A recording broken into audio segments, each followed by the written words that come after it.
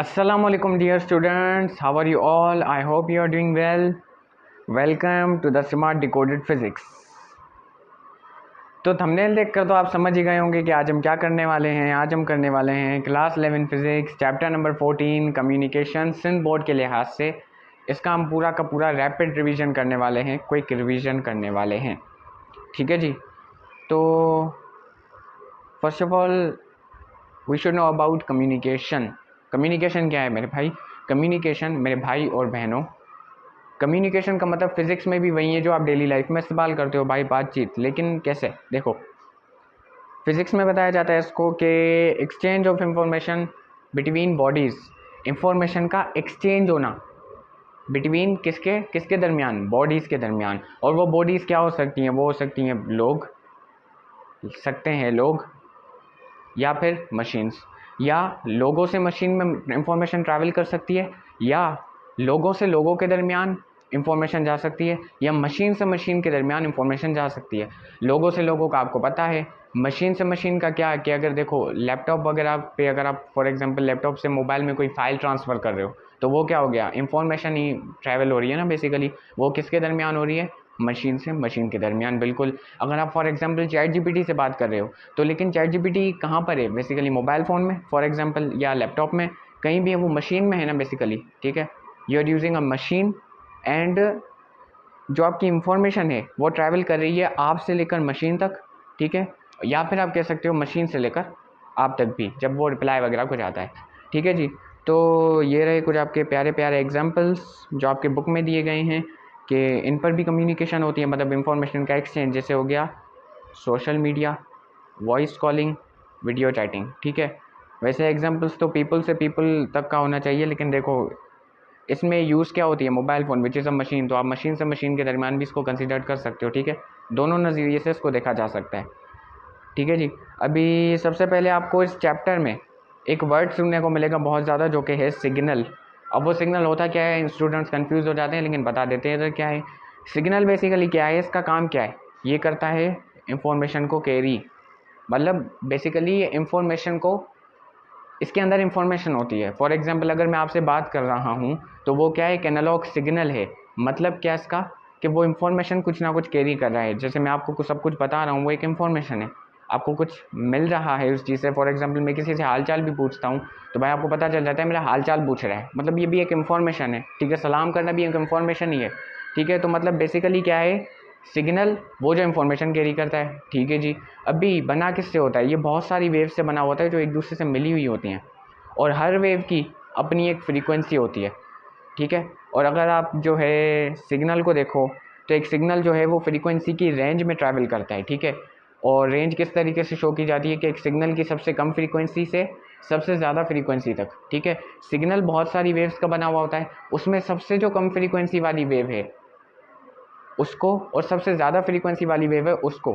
ठीक है, अब उन दोनों को अगर आप कुछ इस तरीके से लिख लो कि V2 समझो मैक्सिमम है, नहीं मिनिमम है, सॉरी V1 जो है मिनिमम है, और यहाँ पर V2 जो है मैक्सिमम है। कुछ इस तरीके से लिख दो तो वो रेंज बन जाती है, मतलब इससे कम नहीं हो सकता और इससे ज़्यादा नहीं हो सकता।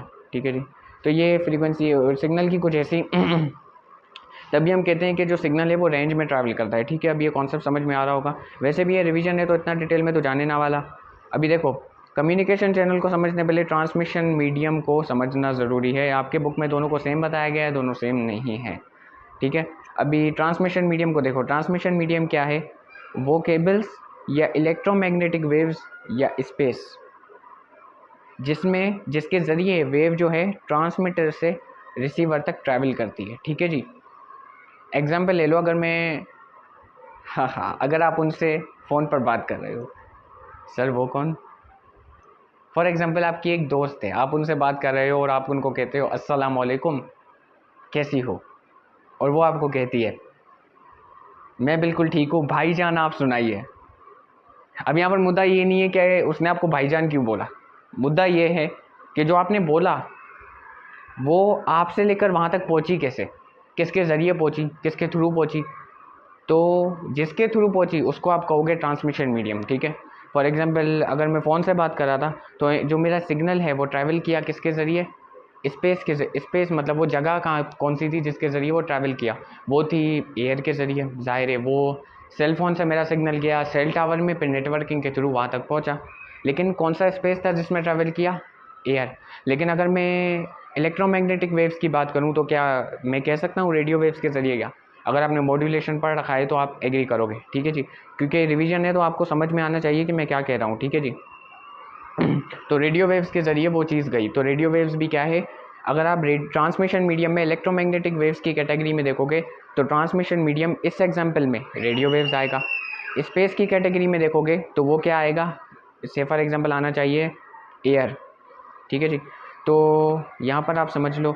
अब एक और confusion clear, transmission medium is not a communication channel. Transmission medium जो है वो कम्युनिकेशन चैनल नहीं है, वो सिर्फ एक कम्युनिकेशन चैनल का हिस्सा है, ठीक है। तो बाज़ों का स्टूडेंट्स इसको मिक्सअप कर लेते हैं, नहीं करो, ठीक है, सही नहीं है, ठीक है जी। अभी वो केबल्स के ज़रिए भी तो जा सकता है। फॉर एग्जांपल अगर आप टेलीफोन से बात कर रहे हो तो वो इन्फॉर्मेशन कैसे जाती है, जो आप बात करते हो वो केबल के थ्रू जाती है ना, केबल कनेक्टेड होती है। और वो केबल क्या होती है मेरे ख्याल से, अगर आप लॉन्ग डिस्टेंस के लिए यूज़ करना चाहते हो, फॉर एग्जांपल इंटरनेशनल कॉल कर रहे हो टेलीफोन के ज़रिए, तो वो मेरे ख्याल से आपको ऑप्टिकल फाइबर ही यूज़ करनी पड़ती है। तो केबल के थ्रू ही हो रहा है ना। तो यहाँ पर जो केबल्स के केस में जो भी आपकी केबल हो, चाहे वो ऑप्टिकल फाइबर हो, कोएक्सियल केबल हो, ट्विस्टेड पेयर केबल हो, ट्विस्टेड पेयर केबल मेरे ख्याल से जो टेलीफोन लाइन से उनमें यूज़ की जाती थी, जो पुरानी टेलीफोन्स थी जो अभी भी मे बी एग्जिस्ट करती हूँ, ठीक है। और कोएक्सियल केबल मेरे ख्याल से जो ये वो नहीं होती केबल कनेक्शन, वो जो केबल्स कनेक्टेड होती हैं टीवी के अंदर, फिर वहाँ पे चैनल्स आ रहे होते हैं, तो वो मतलब जो है कोएक्सियल केबल का काम होता है, ठीक है जी। तो वहाँ पर भी क्या इन्फॉर्मेशन का एक्सचेंज हो रहा है। तो ट्रांसमिशन मीडियम केबल्स के कैटेगरी में आप इन तीनों को लेते हो, ठीक है जी। आ गया। अभी कम्युनिकेशन चैनल का कॉन्सेप्ट क्या है, ट्रांसमिशन मीडियम समझ गए होगे, कम्युनिकेशन चैनल।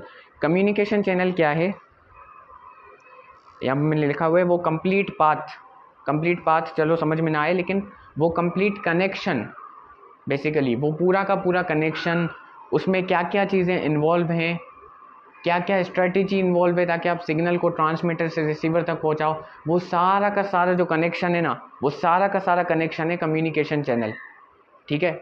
मतलब फॉर एग्जांपल कम्युनिकेशन चैनल में अगर मैं ले लूँ तो सैटेलाइट लिंक, अभी आप अगर सैटेलाइट कम्युनिकेशन की बात करो, ठीक है जी, तो उसके अंदर ट्रांसमिशन मीडियम में कह सकता हूँ वैक्यूम होगा, ज़ाहिर स्पेस में सिग्नल ट्रैवल कर रहा है ना सैटेलाइट कम्युनिकेशन। तो यहाँ पर जो सैटेलाइट होगी वो भी क्या होगी, कम्युनिकेशन चैनल के अंदर ही एक्सप्लेन होगी। मतलब अगर मैं पूरा का पूरा वो कनेक्शन एक्सप्लेन करूँ कि कैसे ट्रांसमीटर से सिग्नल निकला, कहाँ तक गया, कैसे गया, मतलब वो सारी चीज़ें जब मैं डिस्कस करूँगा ना, और वो कहाँ तक पहुँचा, तो ये सारी मतलब एक सिग्नल जो है ट्रांसमीटर से निकला है कम्युनिकेशन चैनल के थ्रू, ठीक है। मतलब वो पूरा का पूरा जो कनेक्शन है जिसके थ्रू ट्रांसमीटर से सिग्नल जो है रिसीवर तक पहुंचता है, और इसके अंदर ट्रांसमिशन मीडियम आ जाता है, ठीक है।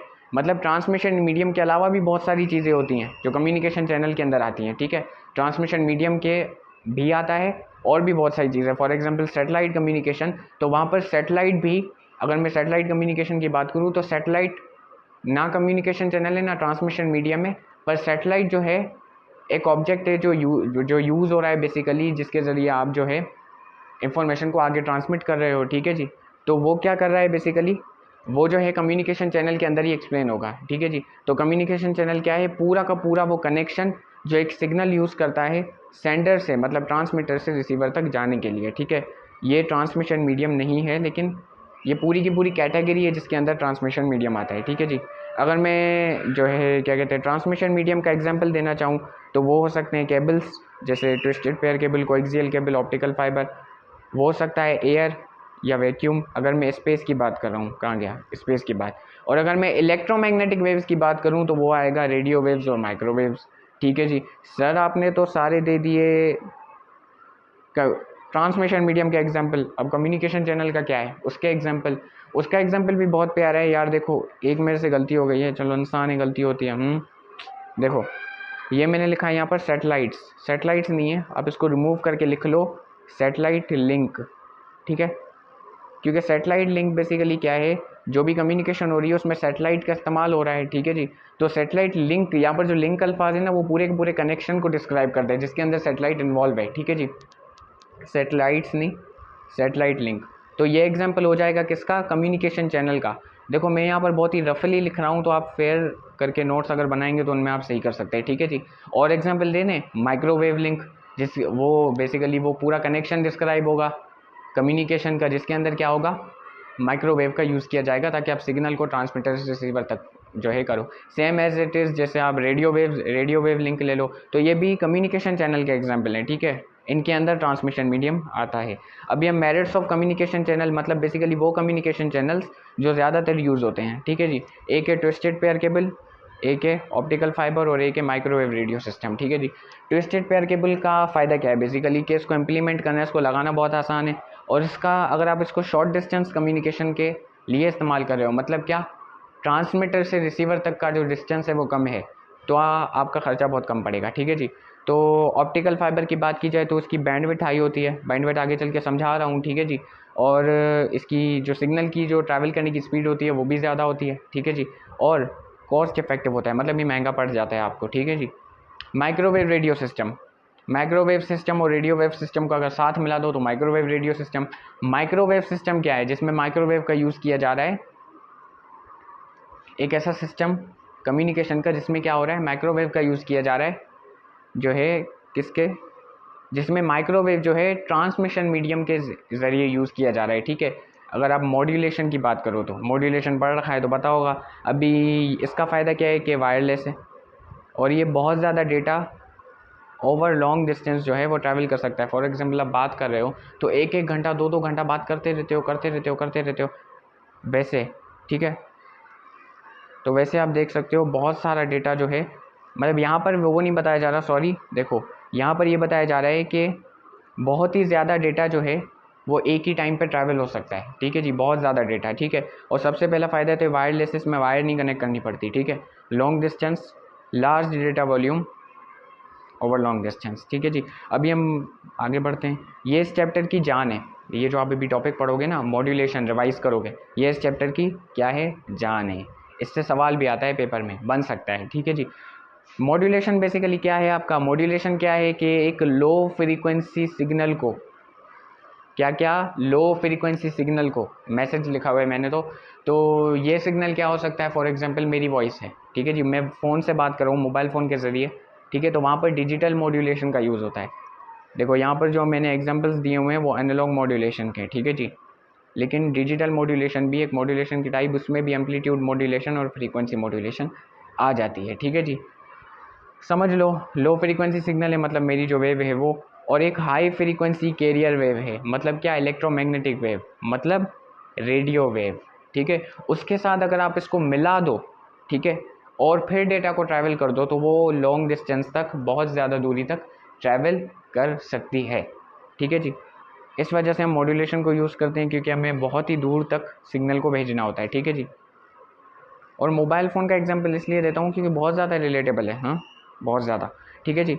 अब यहाँ पर हम पढ़ लेते हैं, रिवाइज कर लेते हैं एम्पलीट्यूड मॉड्यूलेशन और फ्रीक्वेंसी मॉड्यूलेशन को।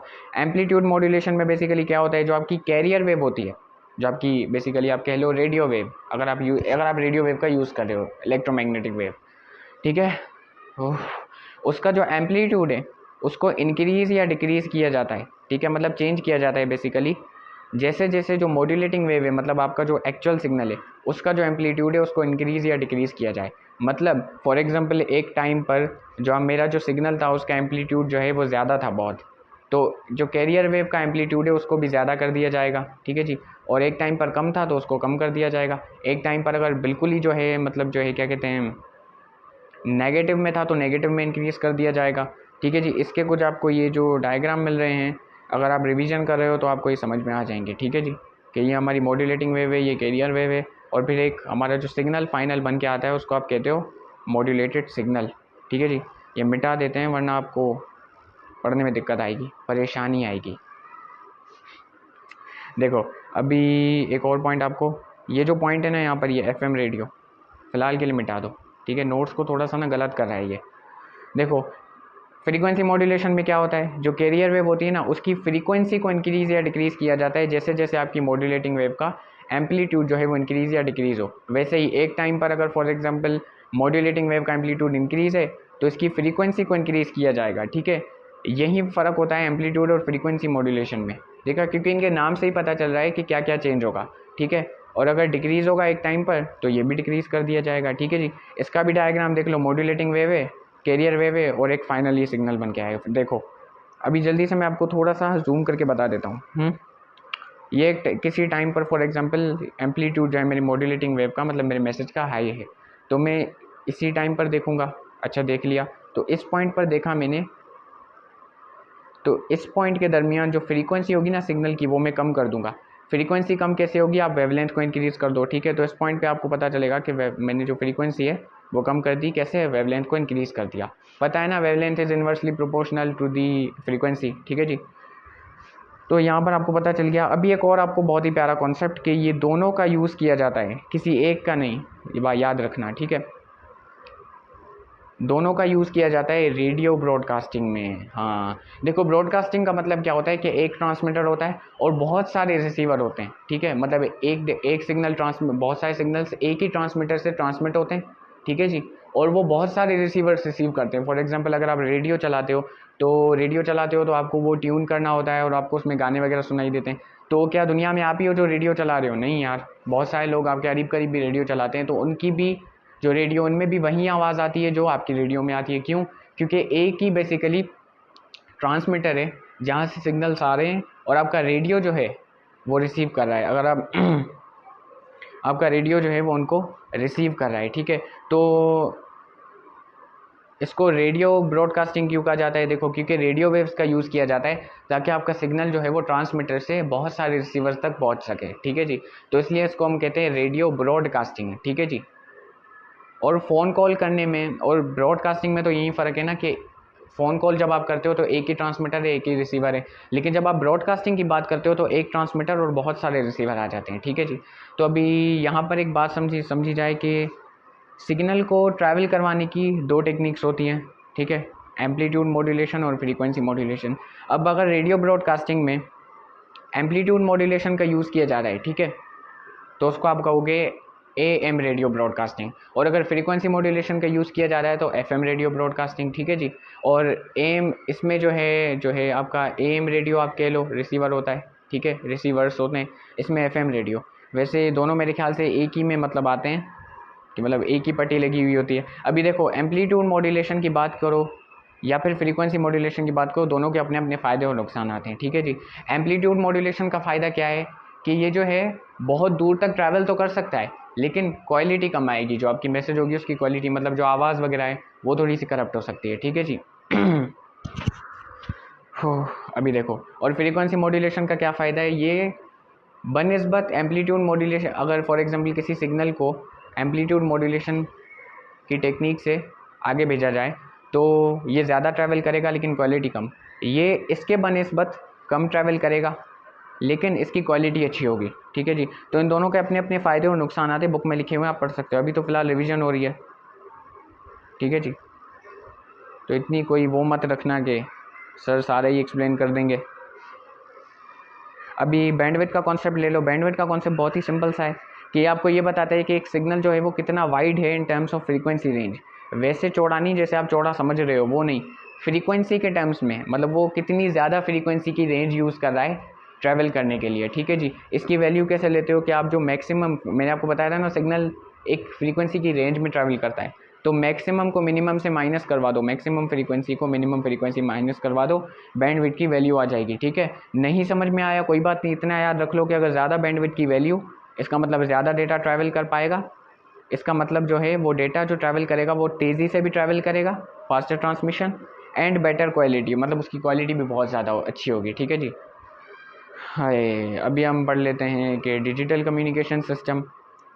देखो, डिजिटल कम्युनिकेशन सिस्टम में अगर मैं वो जो मैंने सेल फ़ोन का एग्जांपल लिया था ना कि आप किसी से बात कर रहे हो, ठीक है, वो डेटा वहाँ तक जा रहा है, तो वो कम्युनिकेशन चैनल को समझाने के लिए भी किया था, लेकिन डिजिटल कम्युनिकेशन सिस्टम को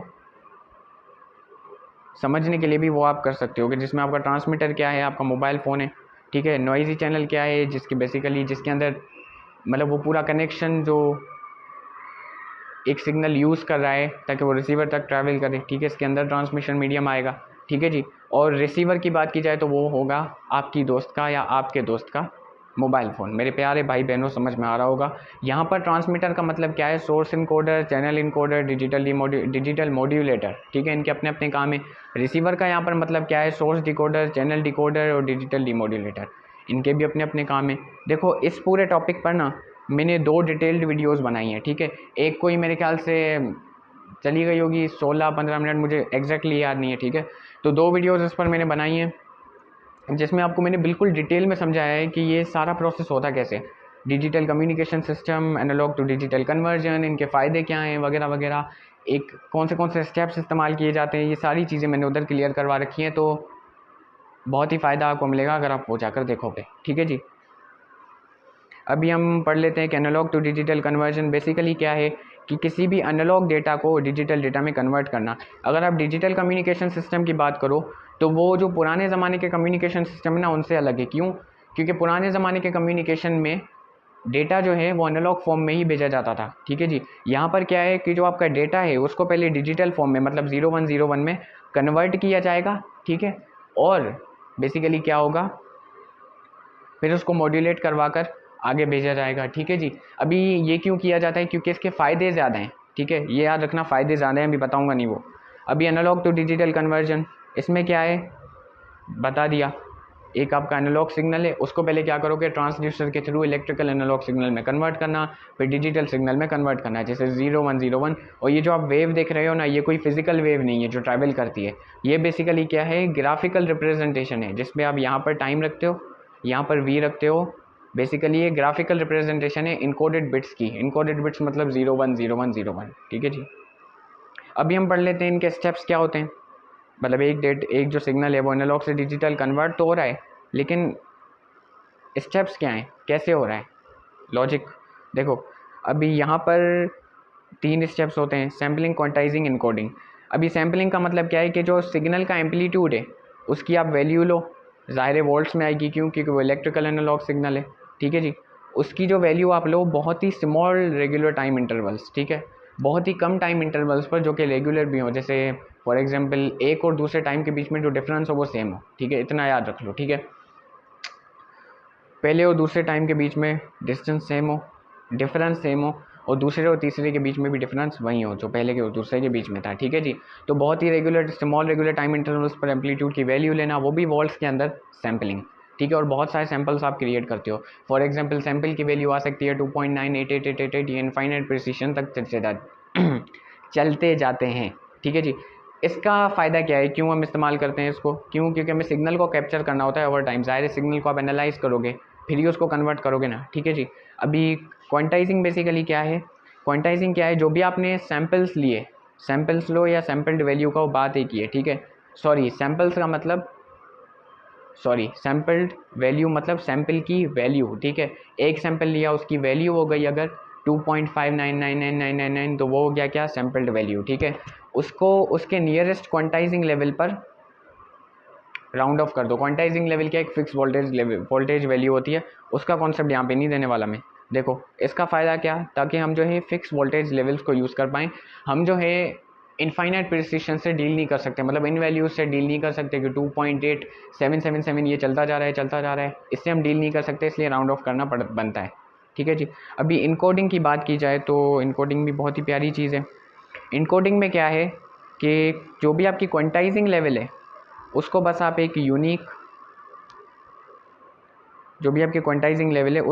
एक यूनिक बाइनरी वैल्यू दे दो, ठीक है। जैसे एक क्वांटाइजिंग लेवल को 01 दे दी, दूसरे को 001 दे दी, और तीसरे क्वांटाइजिंग लेवल को जो है 11 दे दी, चौथे को 00 दे दी। ऐसे 4 ही पॉसिबल बन सकते हैं वैसे तो, ठीक है जी। तो इनकोडिंग में ये किया जाता है कि क्वांटाइजिंग लेवल को बाइनरी वैल्यू दी जाती है, ठीक है जी। क्यों दी जाती है, ज़ाहिर है यार, पता है आपको, ताकि हम उनको जो है या तो क्योंकि उनको भेजते ही फ़ायदा ज़्यादा है, सिग्नल की सिक्योरिटी ज़्यादा है बेसिकली, ठीक है जी। उसके बहुत सारे अपने अपने फ़ायदे हैं कि डिजिटल फॉर्म में डेटा को क्यों कन्वर्ट किया जाए। ट्रैवलिंग के लिए अलग एग्जांपल है, ये भी एक अच्छा वैसे है कि हम उसको यूजेबल बना पाएँ, ये भी एक एडवांटेज है। ये एक ही वजह नहीं है, बहुत सारी वजह होती है, ठीक है जी। तो ताकि उसको हम कंप्यूटर्स के ज़रिए, मतलब फॉर एग्जांपल आपके जो कंप्यूटर्स होते हैं वो डिजिटल डेटा समझते हैं, बचपन से सुनते आ रहे हैं, ठीक है जी, वो डिजिटल डेटा को अच्छे तरीके से समझते हैं, ठीक है जी। इस वजह से हमें उन्हें कन्वर्ट करना पड़ता है ताकि हम उन्हें बेच पाएँ, ठीक है। या फिर दूसरी इलेक्ट्रॉनिक डिवाइसेस, जैसे कि कंप्यूटर भी एक इलेक्ट्रॉनिक डिवाइस है, और भी ऐसी बहुत सारी इलेक्ट्रॉनिक डिवाइसेस होती हैं जो सिर्फ डिजिटल डेटा को समझती हैं। अब भी आपको क्या करना है, ये सिग्नल तो हो गया, लेकिन ये सिर्फ कॉन्सेप्चुअल अंडरस्टैंडिंग की रिवीजन थी, ठीक है जी। आपको एक फॉर्मूला बता दूं, किसी भी जो चैप्टर लेसन है, कोई भी फॉर एग्जांपल सब्जेक्ट है, उसको मास्टर करने का, conceptual understanding plus problem solving plus consistent revision is equals to the pro level mastery, ठीक है जी। आपको यहाँ पर क्या करना है, कॉन्सेप्चुअल रिवीजन की, कॉन्सेप्चुअल जो आपकी अंडरस्टैंडिंग थी उसकी रिवीजन हो चुकी है, अभी प्रॉब्लम सॉल्विंग की पे आ जाते हैं, ठीक है जी। आपको एमसीक्यूज जो सॉल्व करने हैं वो सबसे पहले करने हैं बुक से भी, और दूसरे जो है आपको यूट्यूब पे बहुत सारे मिल जाएंगे, ठीक है। वाई यूट्यूब से कि आप अगर लिख लोगे Sindh board class 11 most important MCQs, तो उसकी एक वीडियो मिल जाएगी, जैसे तला फिजिक्स एकेडमी की थी, बहुत ही लेजेंड माशाल्लाह, और उन पे भी आपको मिल जाएगी। देखो यूट्यूब पे भरा पड़ा है कंटेंट, ठीक है जी। और अगर आप जो है क्वेश्चंस की प्रैक्टिस करना चाहते हो तो क्वेश्चंस को मैं ये रिकमेंड नहीं करूँगा बुक से करो, बहुत ज़्यादा क्वेश्चन है, ठीक है। आप उनके लिए यूज़ करो टारगेट पेपर्स, यूट्यूब पर बहुत सारे टारगेट पेपर्स अवेलेबल हैं, एक नहीं है, 4 5 6 7 बहुत सारे मिल जाएंगे, ठीक है। उनमें से कोई आप 2 या 3 सेलेक्ट कर लो, या बेसिकली 2 ही कर लो तो बहुत अच्छे, लेकिन 2 भी अच्छे वाले करो, ऐसे नहीं छोटे छोटे वाले कर लो, अच्छे वाले टारगेट पेपर लो, देखो एनालाइज करो कि भाई वाकई इंपॉर्टेंट क्वेश्चन लग रहे हैं या नहीं, सॉल्व करो और देख लेना, प्रॉब्लम सॉल्विंग की प्रैक्टिस यहाँ से हो जाएगी, ठीक है जी। उसके बाद आपको क्या करना है, कंसिस्टेंटली रिवीजन अपने आप से करते रहना है। ज़ाहिर है हर बार रिवीजन के लिए तो वीडियो नहीं देखोगे ना, फॉर एग्जांपल बहुत टाइम हो गया है चैप्टर को रिवाइज़ किए हुए, तो आप ये वीडियो देख सकते हो, या फिर कोई काम वाम कर रहे हो तो हैंड फ्री लगा के देख सकते हो, रिवीजन हो जाएगी, ठीक है जी। तो उम्मीद करता हूँ आप सबको ये सारी चीज़ें अच्छे से समझ में आ चुकी होंगी। सो आई थिंक यहाँ तक हमारा पूरा हो चुका है, तो मिलते हैं नेक्स्ट वीडियो में। टेक केयर एंड अल्लाह हाफिज़। इंशाल्लाह दूसरे चैप्टर्स भी जल्दी आएंगे।